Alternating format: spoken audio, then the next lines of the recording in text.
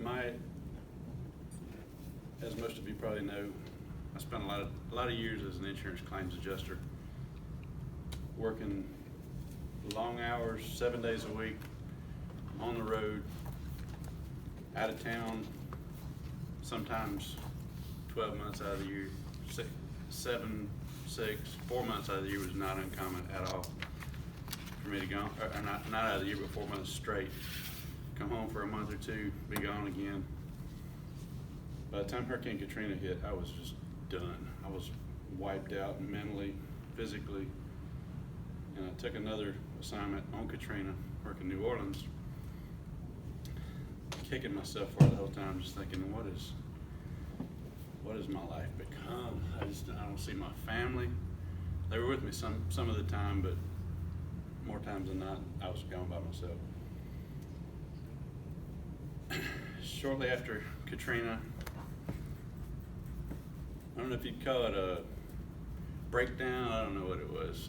I just mentally checked out. I was like, I ain't doing this no more. I took 9 months off of work, built a house, had enough money in the bank that I was comfortable that we weren't gonna starve, and I could go back to work anytime I wanted to, so wasn't worried about that. And then when it came time, when the house was done, it came time to go back to work, I said, I don't really wanna work. I've been off for 9 months and work just seems like a waste of time. I need to find something else to do. Open a little contracting company and put some guys to work along with myself, because couldn't sit around. I had to be doing something. That did really good for a while, and then the economy tanked. And I was like, what in the world? This is not good. There was a several year stretch there. In the meantime, I'd gone and worked a couple more storms, still had a little money coming in, but I had kind of eaten up all that nest egg that I had set aside in this little company. And with the economy turning down and the oil spill hit, and I was like, that was it. That just wiped me out. Let my guys go find other work. I went and found another position for a short term, and I don't remember what year that was. I guess I don't remember what year that was, but that's about the time that I started YouTube. I was kind of lost, didn't know what I was gonna do. I knew I could go back and work claims at any point. I had the connections, I had the knowledge, you don't lose that. I had the reputation, but I didn't want to do that. It really just, the thought of it just made me sick, literally. And I started playing around with YouTube, watching a lot of it, but then started trying to upload videos for another business. But through all that, I'd always had ideas for funny commercials in my head, and I thought, hey, maybe we could do something crazy with YouTube and make some stuff, and maybe try to present it to Chevrolet or somebody, whoever we decide to do a commercial for. Never did do any of that, but just kept on with YouTube, and it grew and grew and grew, and I started becoming recognized in my field, something I never expected in a million years. I never planned it, and it got to the point where even out in public, I walk out in public these days, and once every week or two, somebody will come up to me and go, hey, I've been watching your channel. And they know me from the videos, but it never dawns on them that I have no clue who they are. So they don't even introduce themselves. They're just talking like we're best buds, and yeah, let me get a picture with you, that kind of stuff. And it's fun and it's funny, and I don't have a problem with it. I'm not scared of people, so I'm like, yeah, come on. Yeah, I'm posing for the pictures or whatever. But something I never saw coming was, I've been contacted a few times by production companies talking about wanting to do reality shows, and people are always commenting, you need your own show. I'm like, yeah, whatever.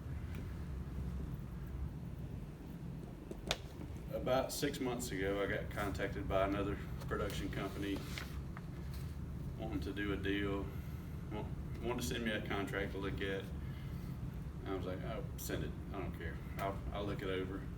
They sent it. Of course, it was heavily weighted in their favor. I was like, no chance.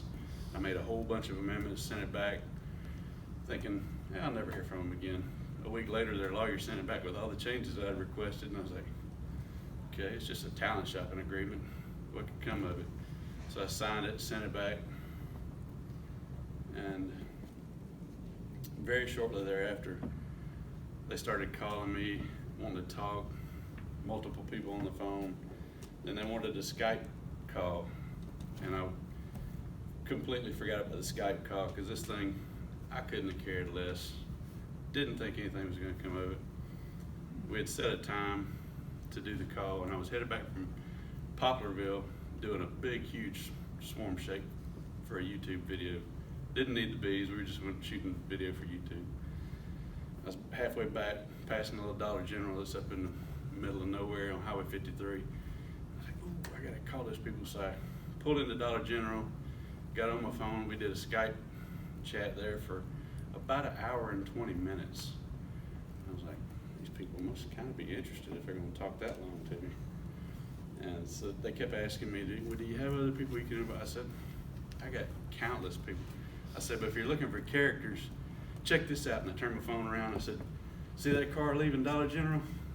And I let them watch this car roll out. On the rim, I don't mean flat tire, I mean there's no tire. Just on the rim. And I said, you see that? They came here just like that. That's what we got in South Mississippi. We got people riding on the rim. We go to Dollar General. I said, we got unlimited potential for anything down here. Well, do you think you could come up with content? I said, I've been doing it every week for 6 years now. But what do you think?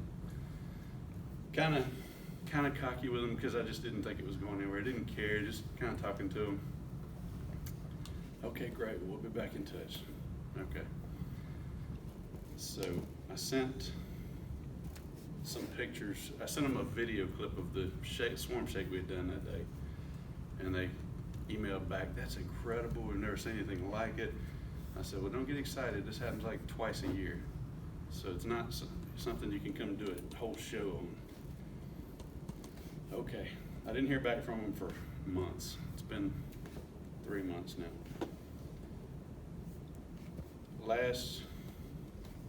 Friday before last, they contacted me back.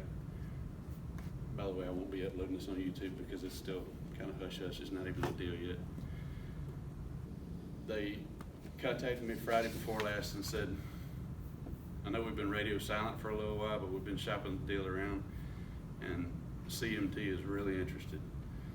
And I said, oh, okay, whatever. And I still to this day, not overly excited. If it happens, it happens. I'm not getting my hopes up because it might not. I didn't really think that anything would come of it until they started wanting all my family's contact information, and they started interviewing everybody on Skype. So they've interviewed my brother, my wife, my middle child, my mom and dad today, and a friend of mine that's a female beekeeper up in Hattiesburg. And they're interviewing all these people on Skype to present to CMT to try to continue the idea for this show. And I've been getting emails back from her. Talked to so-and-so, they were great. We love them.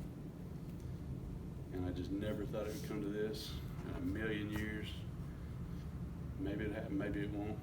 But that's where my mind is right now, and why I couldn't come up with anything else that was funny to share, because I had to help my dad set up the Skype call today, because when they emailed me and asked for my dad's contact info, I said, probably be best if you just go through me because he's technologically challenged severely.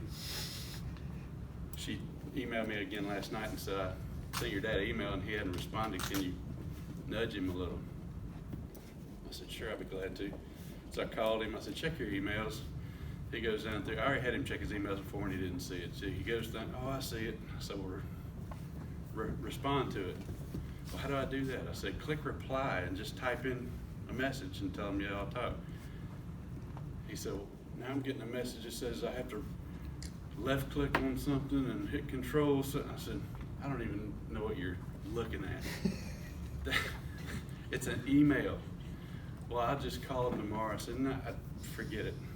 I'll handle it.